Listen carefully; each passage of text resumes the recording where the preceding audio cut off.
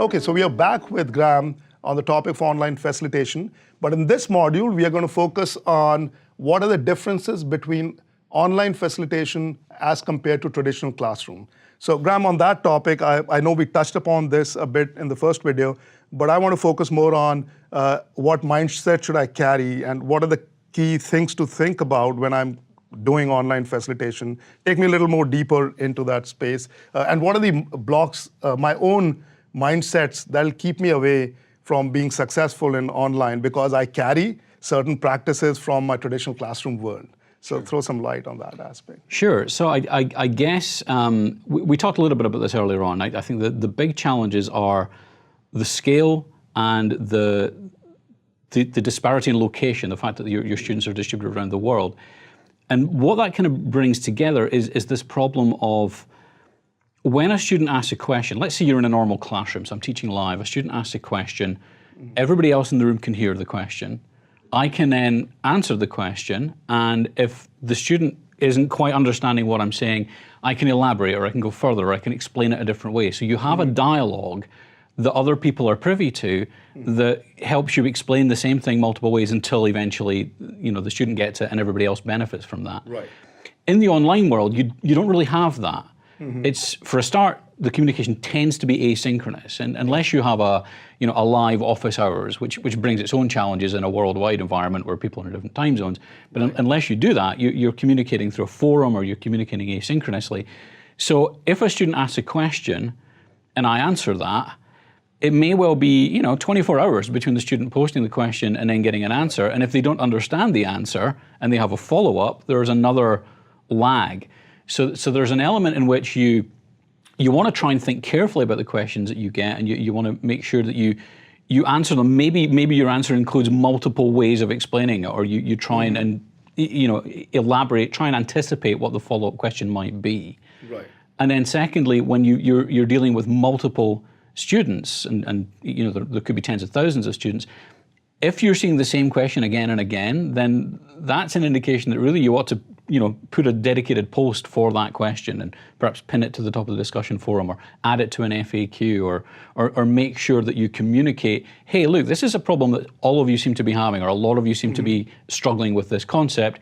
Here's another explanation of that, so that you're proactively trying to reduce the volume of noise that you get in asynchronously. Okay, so that's a very interesting thought and the mindset shift that I was thinking about, which doesn't happen in the traditional classroom. So you're thinking not only preempting, you also making sure that the students understand that. So how do you make sure, do you right at the beginning kind of mention saying this is how the students will also go through a different experience? So, because it might be a lag of a day or so and it's asynchronous. So here is the expectations that students should have in terms of how discussion boards work, which is different than classroom. Do you have that discussion, or do you post something, or how do students, specifically who's experiencing it for the first time? Sure. So different instructors or facilitators will approach it differently. The approach I typically take is I always post a welcome post. In the forums, when a student first goes to the forums of the class, there's always two posts in my course. There's an FAQ post that has the frequently asked questions, and there's an introductions post where I introduce myself and explain what my role is and explain that I want the students to engage in the forums, and that's the place to answer questions. And that achieves two things, actually. The first thing that achieves is it makes it clear that this is the place to ask questions and your questions are welcome, which is a good thing to do. And secondly, it encourages students to reply to that thread with their own introductions. Right. Because if you don't do that, then either they don't introduce themselves and they don't feel they're a part of the community of the course, or they do, but they all introduce themselves with individual posts. So the next time you go in, there's 20,000 different posts with people introducing themselves. So trying to manage that, trying to corral that introductory conversation and allowing people to feel they're participating in a community without overwhelming the forums with noise. That's quite a nice way to do that. Well, great. Thank you very much, Graeme. That gives a good insight. And what I think from my own understanding, if I was to go and do the similar tasks, I think from a traditional to online classroom, the way that you're operating changes. So I'm trying to understand how students are communicating from the discussion boards and not in real time.